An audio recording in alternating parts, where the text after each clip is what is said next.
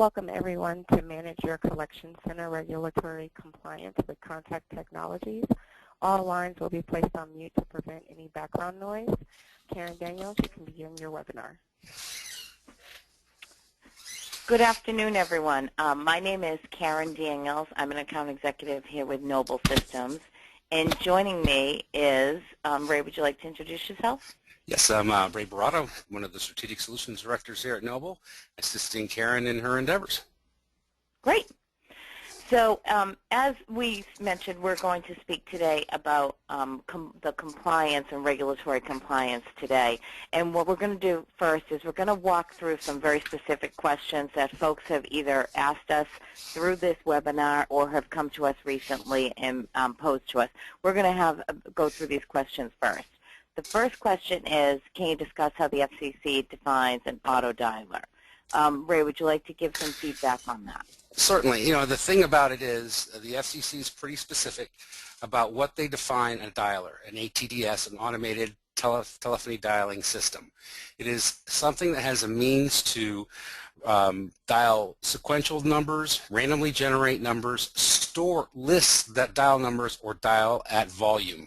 They're very specific about it, and then some of the cases we'll find and we'll see also talk about whether a solution or a telephone system has the capacity to do all those things we described. Great. And then the next question is, why may preview dialing not be compliant with the regulations even when there is an established business relationship? That goes back to the definition of auto dialer. Even if your predictive dialer has the capability of providing you a preview dialing or a click-to-dial capability, you're still using an application or a device that has the potential to be what is defined as an auto dialer, and that puts you out of compliance. The next question is, does dialing in a preview mode or a manual mode keep you compliant? Well, that's, you know, again, that goes back to what we talked about before, but manual mode is very interesting because you have some folks that will have their agents just key in their dialing, their numbers of the numbers they want to dial, and normally manual mode is in compliance. However, if you are dialing, again, even manually, through an ATDS as defined by the FCC, you're more than likely out of compliance, and that's why there's been some trouble in the industry in terms, or some confusion in the industry on how we apply automation or efficiency measures and volume in a compliant environment. Next question is are there any specific rules around using automated dialers and automated messaging that folks should be aware of? You know, that's actually a pretty good one there too, because when the new standards came out almost a year ago, everything was defined around existing business relationships and around whether you could call wireless phones or not.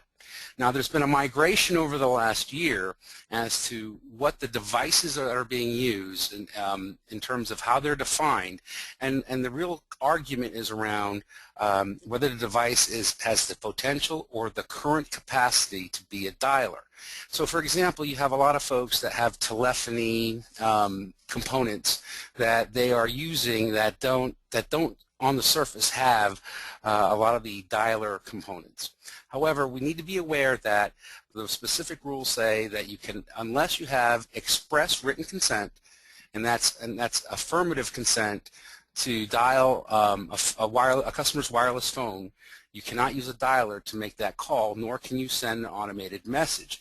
And that's something that that the industry is still working through, that the courts are still working through, and you know, typically from a Noble perspective, we tend to take a very conservative approach to these type of ambiguous issues.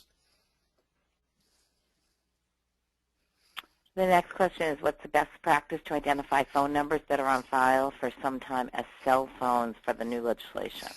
Well, there's a couple ways to look at it. There are a lot of third-party vendors that will scrub your lists for you, and it's important because it isn't just identified wireless phones. Even if, you know, if the folks are filling out applications to purchase your service or get a credit card from you. What we're finding is that even if someone puts their cell phone in the home number field, that is not necessarily express consent to call their cell phone. And so it is a best practice, number one, to ensure that you are scrubbing every phone number that you intend to dial through some sort of third-party service. Looking at, from a Noble perspective, we have a partnership with a company like Possible Now, but there are other companies like LexisNexis and others that will do this service for you. The key here is to ensure that you are identifying cell phones, regardless of the field that they're in the customer record, and demonstrating that you have consent to call them. That's what will keep you out of trouble. The next question is, can you contact a debtor using a dialer if you're manually dialing the number by actually keying in the phone number? The answer to that is yes. From what we've seen, you can call a debtor by manually dialing. Now, there is a distinction between what some of our customers have been out there doing in terms of saying they've defined some customers have defined manual dialing as clicking an automated number to dial, or on the preview dial as discussed before. However, manually dialing is actually physically keying the number into your soft phone or into your instrument on the desk and listening in for the call progress. The key here is to have a live agent available to answer the phone when a customer picks up on the other end. So what we look at is that you are demonstrating that in some way, shape, or form. A lot of the quality assurance pieces, when you're looking at a manual dial environment or a wireless dialing environment, is that you want to capture those digits being put in. You want to capture the call progress, meaning hearing the rings that are coming back, and then you want to capture the entire conversation. You need to ensure that you're following the compliance regulations when it comes to disclosures, that this call may be monitored and recorded. However, the key thing here is that you have some means and mechanism to provide proof that you had a manual dial happen during that call progression. And now we're just going to talk a little bit about some of the statistics. Ray, do you want to review some of these specific statistics? Go ahead. Certainly. When the new TCPA regulations were put out there last October, a year ago October, and we saw a certain amount of change in terms of how the legal landscape has changed over the course of over the country. So, for example, as financial services institutions, we're very good at following the FDCPA. In fact, my background is coming from a rather large financial services institution, and the training, the compliance, the monitoring for FDCPA pieces was very stringent. So in 2013, we saw those types of lawsuits, especially class action lawsuits, decline by about 10%. But with the advent of the TCPA regulations, that saw an increase in that same time frame by 70%. In fact, personally, I've seen, just having traveled through the country, you're starting to see that the TCPA awareness is being driven by a lot of you're seeing the law firm commercials that have kind of migrated away from the lawsuits on asbestos and so forth. You're seeing lawsuit commercials on TCPA violations. And when you think about it, cell phones constitute well over 50% of your customers' personal phone numbers. And over the next decade, we're going to see that increase over to 3/4. I personally have a 17-year-old son, and he actually drives most of his interactions with his friends on his cell phone and wireless device. And in fact, another thing we're seeing is that you're going to see less of our lines, especially with the millennials, on voice interactions and more so on multi-channel like text or chat. So, you know, there's a changing landscape, and unfortunately what we see with the laws and the regulations, they tend to have they tend to lag behind. You know, one of the interesting things is that the existing TCPA framework that came out in October 2013 was based on the Santander lawsuit of 6 months prior to that.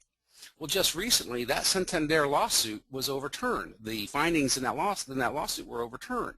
But the regulations that were driven by that original lawsuit are still in place, and we still need to ensure that we're following the regulatory guidelines that have been set forth, both by the FCC and the CFPB.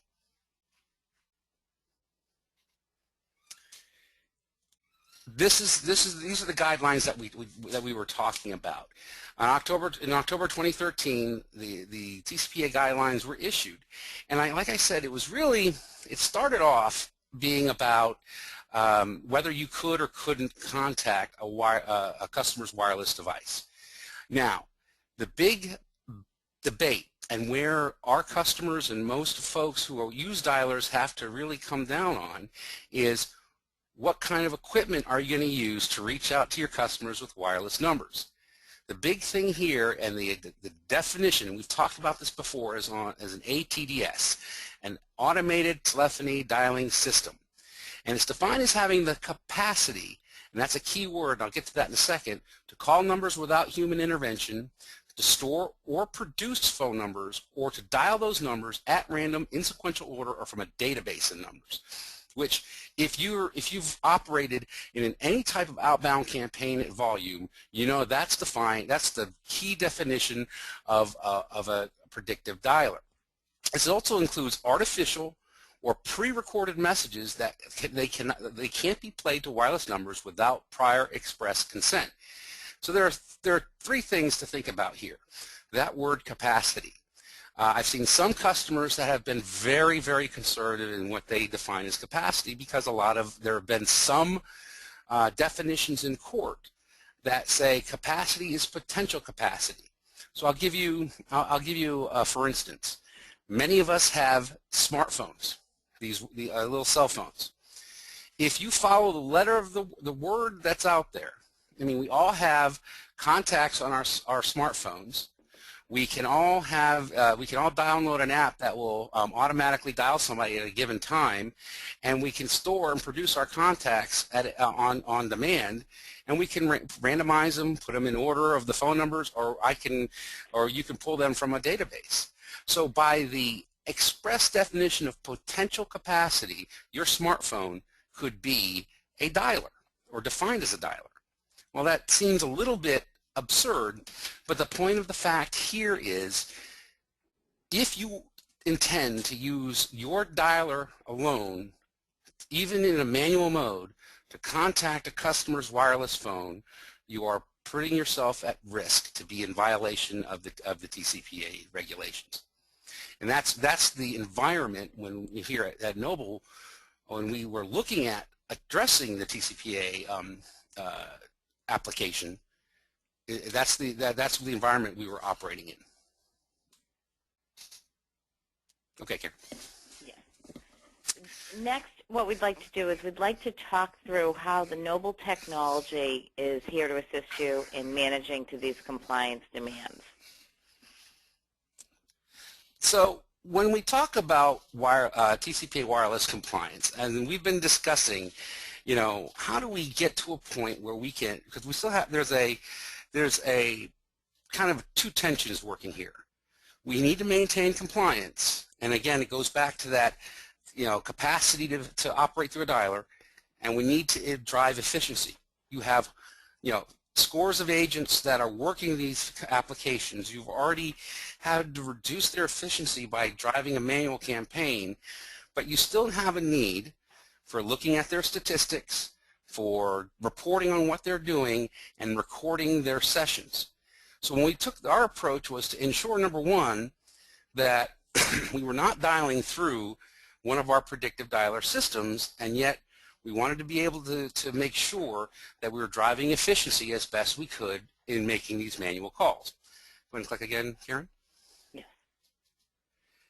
So what we have is a mechanism for the agent to manually dial a number, and our system does a check before the number goes out to ensure that it is a dialable number. If it is in fact dialable, our system will go out there and launch the call. All the while, we are able to record these activities from the start of the agent going off hook and dialing the numbers until they're through the call progress and through the entire conversation. What the key element here is that the compliance solution on this end is ensuring that it is a callable number, that it either hasn't been called before, or you have express consent based on the record, or that something within the record hasn't changed while the agent was dialing the number. Go ahead and click one more time. The key here is that we're looking at compliance criteria. We're taking a look and it's satisfying our compliance criteria. So we have manual dials that don't originate from an auto dialer.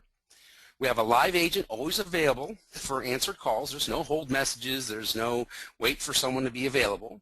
There's no artificial or pre-recorded message. It is a live voice on there. It does not increase targeted abandonment rate, so we're not looking to it. It's a 1-for-1 ratio. It is a manual dial across a single line to a customer. It enforces, but the thing is, because we have this compliance integration, we're also satisfying the needs that come up exclusive of these TCPA regulations. You have do not call lists, you have business rules, you have time zone rules that we need to be tracked. And if you're just dialing manually, you don't have that access.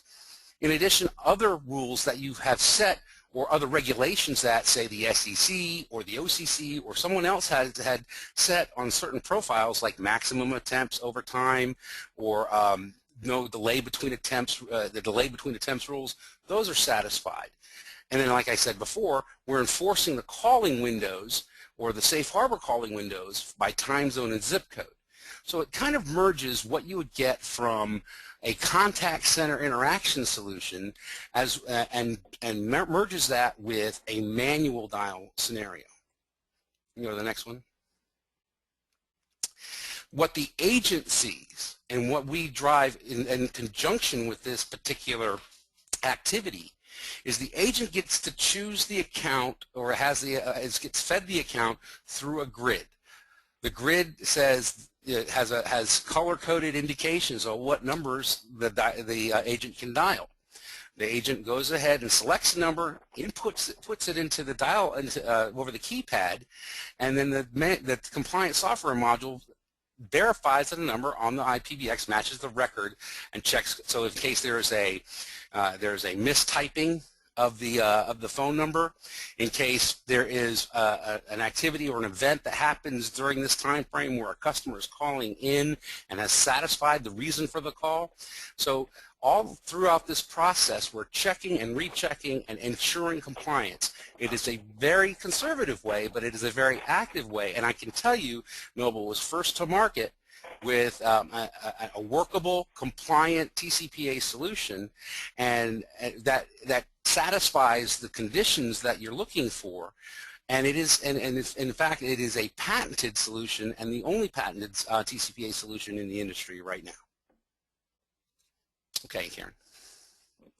So let's break this down for a second. We've talked about the Noble's TCPA solution and how it drives compliance through its architecture. Now, we also need to look at what we can do before records are inserted into your call center system. And fortunately, Noble has a very strong, very robust analytics capability through our acquisition of Austin Logistics a couple years back.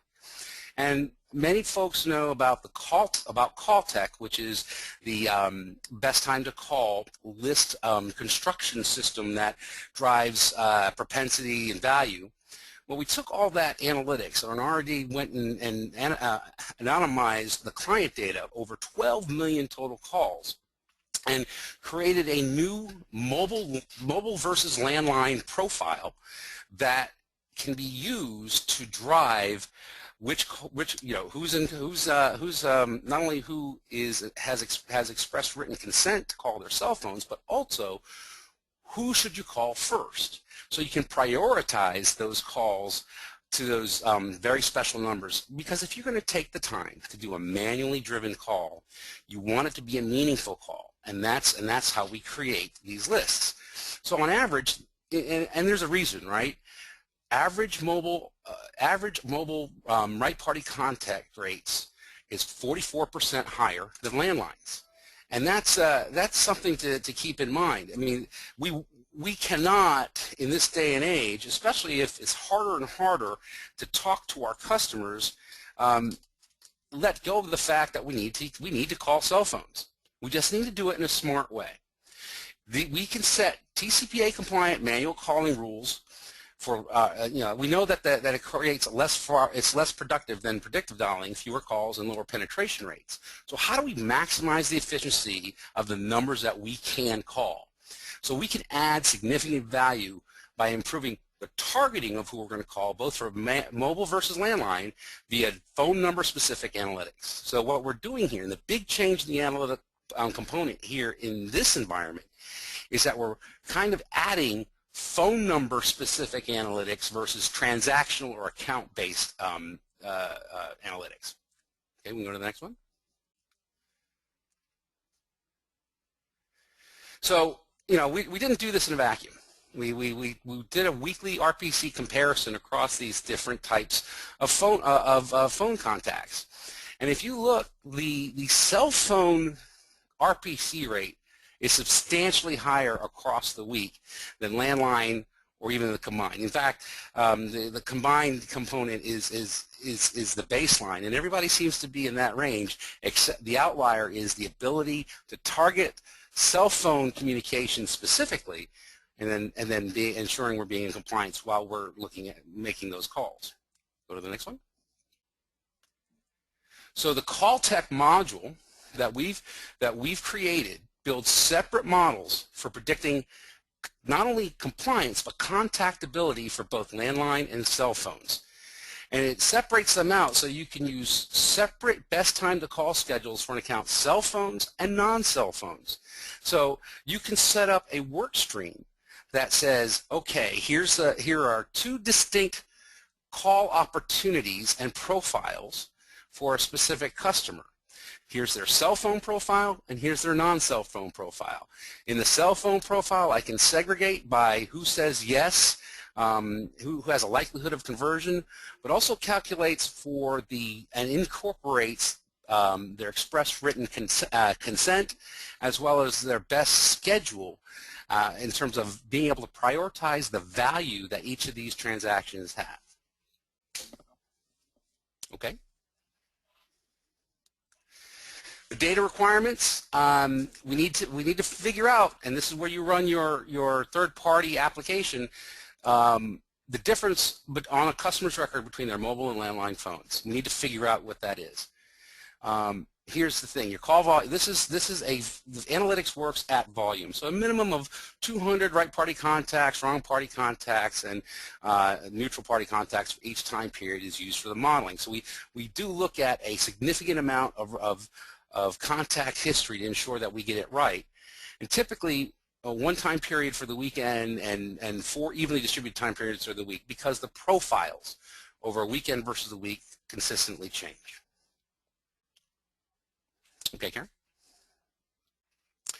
So we've talked about how the Noble architecture can help you manage your best time to call, you can help you manage the TCPA environment.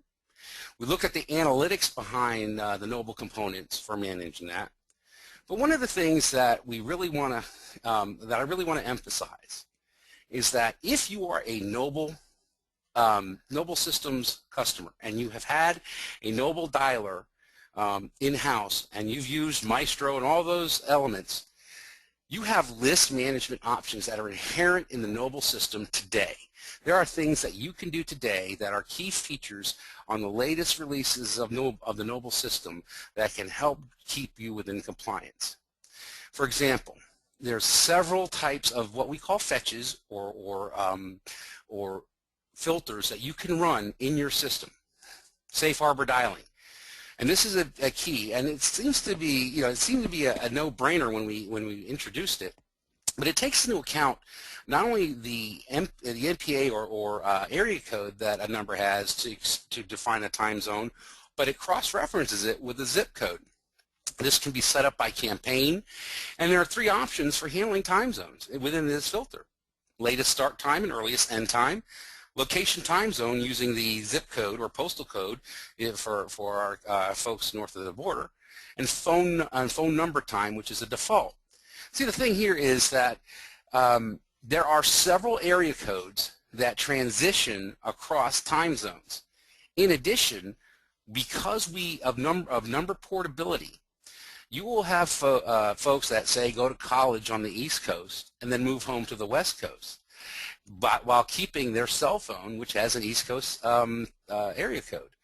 Well, if you just do a straight area code numbering plan, you're still run a risk, without checking the zip code, of calling that person outside a safe calling time zone. So they may have express consent, you may have followed all the rules knowing that it's a wireless phone, and still be at risk because we didn't take into account the time zone. Okay, next one. The list, we also look at batch scheduling. Batch scheduling allows you to create work to help keep your managers focused on their work. And these schedules can be defined to include specific records or phone types. So here's a way for you to manage internally your wireless only lists. So even if you just want to drive to create work or segregate work that can be done predictably against that work that you can't, you can do that using this scheduler option.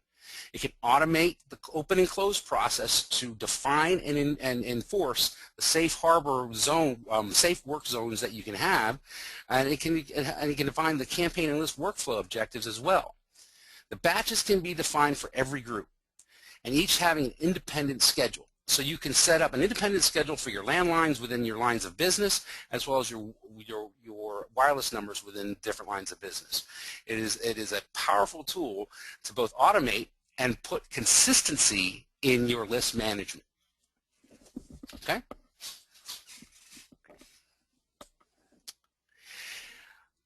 Here's another one that's again out there, is alternate number setup. So you can define multiple phone types for each record. Case in point might be home landline, cell phone, and work number. And you can choose, based on an automated schedule, which phone type to dial. So you can set exclusively landline dials and set dialing treatment for those types. So within an individual customer's transaction record, you can define a certain treatment type, like predictively dial for landlines or for the work number, or times that you want to contact those, and then set up a separate treatment schedule for your customers with wireless phones that have express consent. Again, this is a tool and a feature and a function, a filtering setup that exists today in your Noble system. Okay. The filtering component itself. Let's say you have some very sharp either dialer administrators or DBAs that have, or some scoring within your own records. You can set the selection criteria for the list you build, and you can automate that selection criteria. You can choose or ignore fields. So, for example, express consent might be a field that needs to be looked at, as well as behavior score or balance or whatever you look at to do your filtering. Any field from a custom table or a SQL Server table can be used for filtering. So anything you have that helps define how you want to manage and strategize around your compliance is available to you. Now, you can, in the Noble custom table, it can contain up to 400 individual data elements that you can map to your own infrastructure by campaign, by group, and you can build standalone filters to be used in any profile that has the same custom table. So you can share that custom table across multiple profiles or multiple workflows that you may have defined in your environment. It's a very powerful tool that can be amended and used and adjusted to ensure compliance in this environment. Okay. Dialing filters with the alternate dial. Here's the thing, and we talked about an alternate phone types. Now this is alternate dial in terms of setting strategies around those specific phone types. The thing is, you can set the completion disposition codes and customize those codes as needed. You can choose only that cell phone to be dialed or not dialed, or choose landlines to be dialed or only not dialed, and choose all other phone types except cell phones. So you can exclude within your campaigns calling cell phones until you've either segregated those records somewhere else, created a different strategy for them, or implemented a TCPA compliance strategy, and keep yourself from being out of compliance by inserting a cell phone into the predictive dialing stream. Okay? What's interesting about the Noble system is that you can define treatments by call. So you can set strategy by phone type. So you're able to change individual ring counts by phone type, what caller ID goes out to each individual phone type, the hold messages that are played, or the answering machine messages based on the type of phone that you're calling.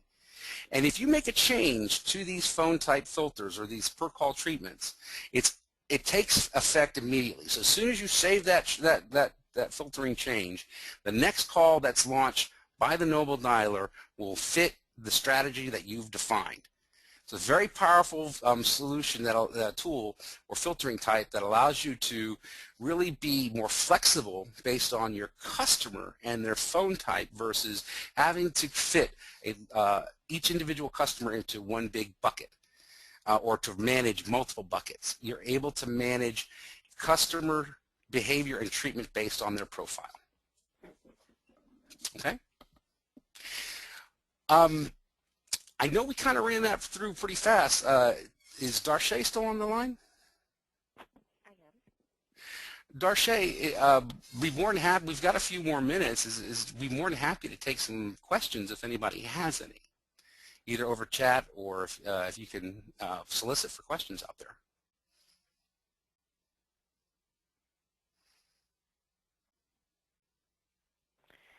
I have a question. Does the TCPA consent need to be written or verbal? It needs to be written as far as we've seen, but that is basically the plurality of lawsuits that are out there. I'm not a lawyer, but and it really goes back to what a customer defines as acceptable risk. I know it's kind of a cop-out on that, but bottom line is it is difficult for any type of analytic solution or dialing solution or contact center solution to read a customer record and see verbal consent. So but from what we've heard, it has to be written. Now, is written consent done at the beginning, at the front end?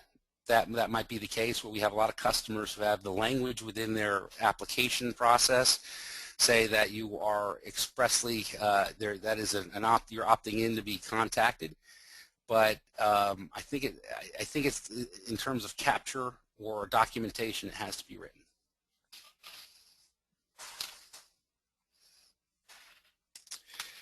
Karen, you've been out there in the field. What's been your customers, your prospects, general, I don't want to say risk acceptance, but their general perception of TCPA? My experience has been that many folks in the past year have been kind of waiting to see how the dust was going to settle and see how prevalent this was actually going to become. But as with recent payouts, as folks have seen, and settlements that have recently been done with some of the large banks, it has come to the forefront, and it is a priority right now. And most folks are being very conservative in their approach to make sure that they have a real story so that they can show best effort is also being made. Although this is a liability, and there's still going to be payout, it can dictate the dollar amount being paid out. Mm-hmm. And you're been in the industry a while, and you've seen the effect of compliance on a lot of customers just through the last decade or so. How does this compare to some of the other regulatory things that have come down the line. Is this one showing a lot more legs, and is this something that you think will be around for a while? I do. My experience is that from what I've seen so far, the TCPA rules are not going away, and all of our customers need to have something in place to help to support that. The key is that when you move forward with a TCPA solution, as everyone knows, it is going to impede a portion of your productivity because your agents just aren't functioning in a predictive dialer mode. What we're doing is we're doing our best to provide a solution that is going to help to still maintain some level of efficiency. And that's where that best time to call, that call tech component comes in, and that's to help you to basically have the ability to, when you are making those manual dials, that you're actually at least calling the folks that you have the best probability of reaching, and they have the highest propensity to pay. So we're trying to help you with more and more tools to be as efficient as possible. Absolutely. All right, Karen, do you have anything else that you wanted to make sure everybody heard, or just you want to kind of? I do not. Darshé, can you just let me know if any other questions have come through? We have 2 questions, and I'll read them, Okay. 2 parts because I think they're similar. But how does your system identify cell phone numbers, and what technology is deployed to scrub for cell phone numbers? Mm-hmm. Mm-hmm. Okay, that makes sense. Our system is a contact system. It has, we take the number and we put it out there. So typically we're identifying what's a cell phone number and what's not a cell phone number prior to getting inserted into the contact center piece. Our customers typically rely on third-party scrubs. Basically, they get their customer data scrubbed prior to it getting to the Noble system.